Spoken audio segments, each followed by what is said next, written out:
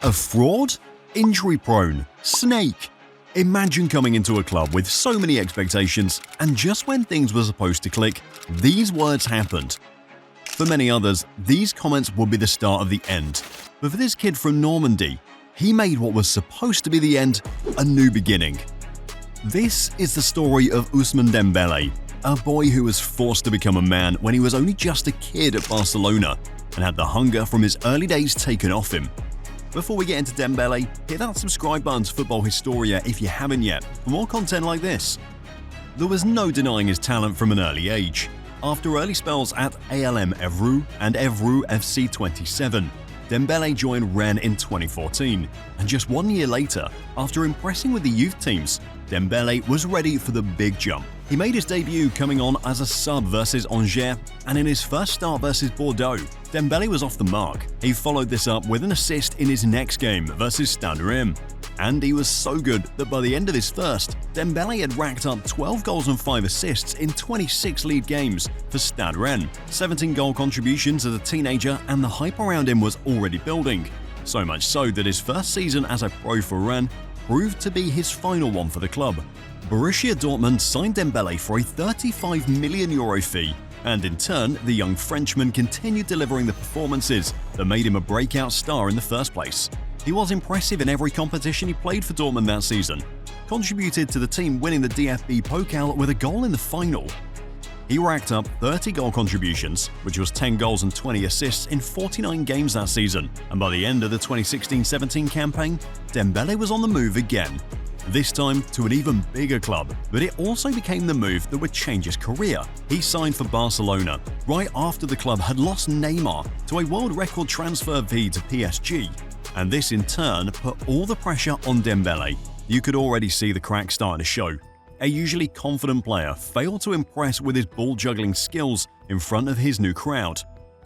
Dembele to Barcelona didn't come cheap. The club had €105 million to sign him, and in turn, all that pressure didn't just affect him mentally, it started to get to him physically as well. Notice how up to this point, I haven't mentioned anything about Dembele or injury problems yet, and that's because at both Stade Rennes and Borussia Dortmund, he stayed injury-free, but almost like a bad luck sign of what was to come. In his first official start for Barcelona versus Getafe, Dembele couldn't believe what had happened to him. He'd torn his hamstring and was said to miss months out on the sidelines recovering. This was bad. It was already enough that he had that much pressure on him, but to be experiencing this now, at a time like that, Dembele was struggling because this had never happened to him before. His teammates wanted him to know they were with him. And so in the club's next match, Barcelona prepared a special tribute for Dembele. But as touching as this was though, it didn't prevent what was going to happen. A war was coming. This injury was the start of Dembele's confusing career at Barcelona, because while his teammates were behind him, some sections of the Barcelona fans believed Dembele knew about his injury and put the club in that difficult position himself, and they gave his warm-up as the reason. The rumours continued to grow. He didn't warm up properly, he knew he wasn't fit, and that he let Barcelona pay all that money just to sign a handicap. It was awful. Dembele's injury meant he was going to be out for 4 months. He made his comeback in the win against Levante, played in the next game against Real Sociedad, and just when he'd have been looking to start his 3rd league game in a row for Barcelona and build momentum, snap, it happened again. Dembele was out for at least a month. He managed to finish the 2017-18 season strong, played and won the Copa del Rey for Barcelona, and in the league, his 9 goal contributions in 17 games played some part in Barcelona winning La Liga. And he even got action in the Champions League with the club, scoring this rocket against Chelsea. But Dembele's injury problems at the club overshadowed any real progress he'd made in his first season. That summer was a fairly decent one for Dembele, despite the negative setbacks with Barcelona. Back in France with the national team, he became a champion of the world. Dembele was part of the French team that won the World Cup in 2018. He took that momentum from the summer in Russia into the new season. He'd managed to stay fit for the first part of the season, but by January, it happened again. After Barcelona's game versus Ligan in January 2019, the club announced that Dembele had suffered a sprained ankle that ruled him out for 2 weeks. He returned, but then just a month later, he was out again. Another hamstring injury, a month out. But he returned, played a part in the next 5 games, and then got injured and missed the final 2 games of the season. The injuries had started affecting his international career too. That season, he missed every Euro qualifier the national team played in. If the 2018-19 season was bad for Dembele, nothing would have prepared him, or anyone, for what happened in the following season. Get this. In the entire 2019-20 season, Ousmane Dembele played only 9 games in all competitions. The t-shirts were out again. Ousmane Dembele had ruptured his hamstring and it made him miss virtually the entire season. See guys, at this point Dembele had caused a divide in Barcelona. There was talk about him leaving in 2022, but Dembele confirmed he wanted to stay in Barcelona and fight for a place in the team. And he did. But not without the chaos that came first. He signed a 2-year contract extension at the club, but even with that, some weren't completely convinced. Between 2017 and 2022, Dembele missed a total of 102 games due to injury. This also came at a time when his contract was up for discussion, and Dembele's attitude angered some of his teammates.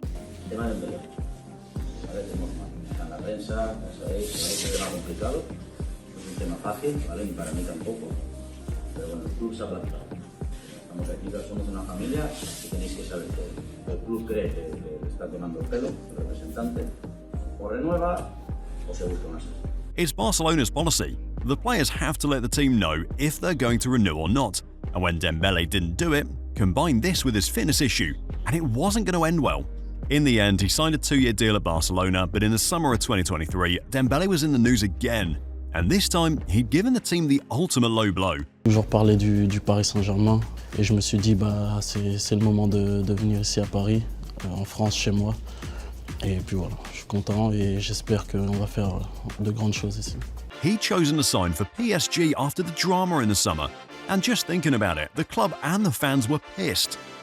You see guys, to Barcelona they felt cheated.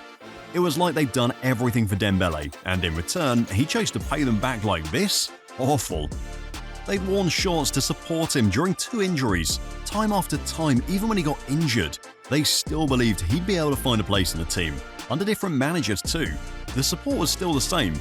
And now, just like that, he left them to go to Paris. Like Neymar did all those years back. The ultimate betrayal. His first season at PSG was decent. 6 goals and 12 assists in 42 games. But the one that got people talking was when he made his return to the Camp Nou and put on a madness.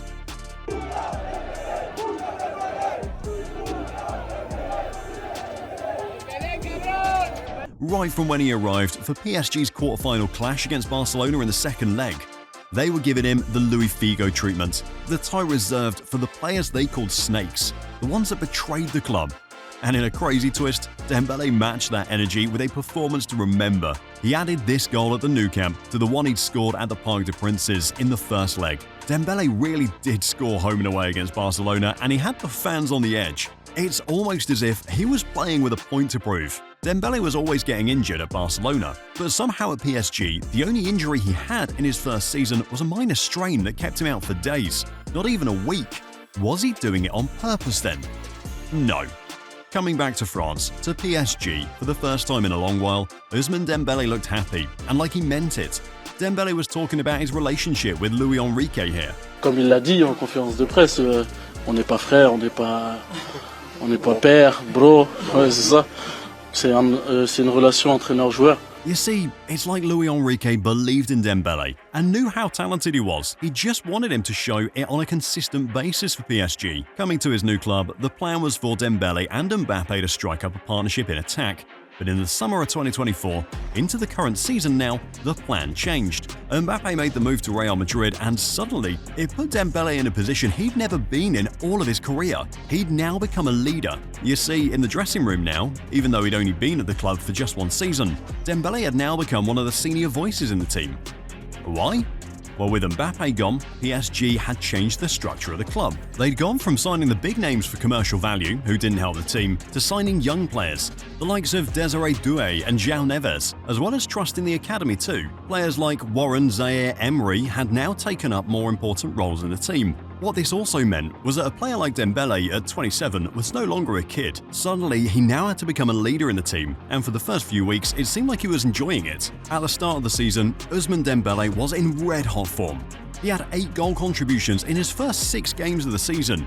And then after that, things cooled off a bit, and this one was down to tensions between him and the manager. Añadir a mis contestaciones anteriores. Ya tenéis bastante para desarrollar. I have nothing to add, following on from what I recently said. Ousmane Dembele was in the headlines for PSG, approaching the winter period.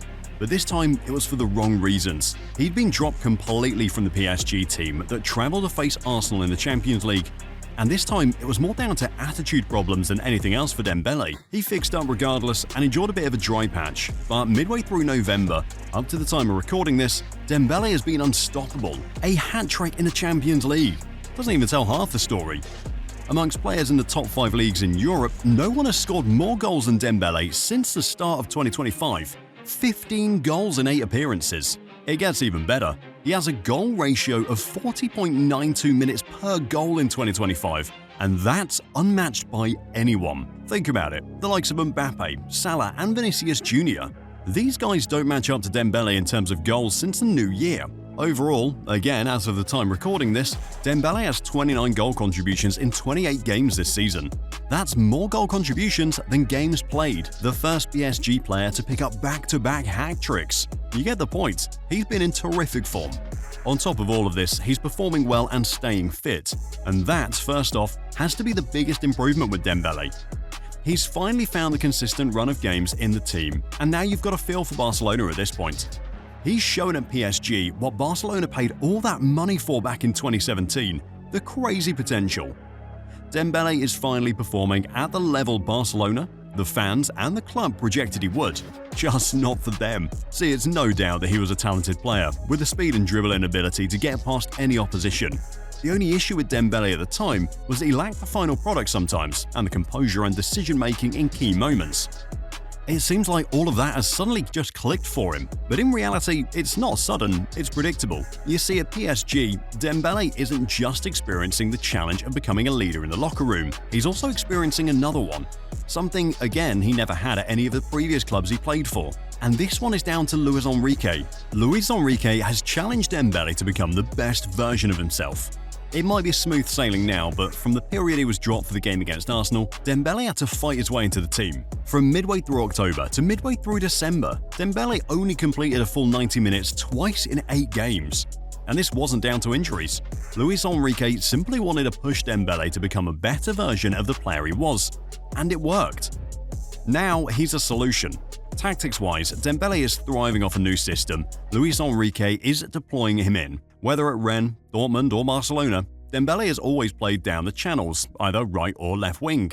This season, he's played more through the middle as a number 9 and he's getting his goal actions up. It's interesting when you realise that PSG almost all summer had been trying solutions to the number 9 difficulty at the club. Kolo Muani left for Juventus on loan in January. Goncalo Ramos is out with a long-term injury. Neither of them hit the ground running. And somehow, Ousmane Dembele has become the fix in that department. If one thing is certain about Dembele now, it's that this season he's been changing the narrative about him.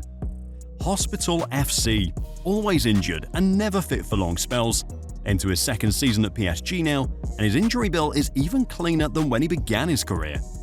Dembele is finding his form too, playing like a man possessed with making a difference for his team. And if he keeps this up, he might become PSG's main man in the coming months. Okay, the flip side.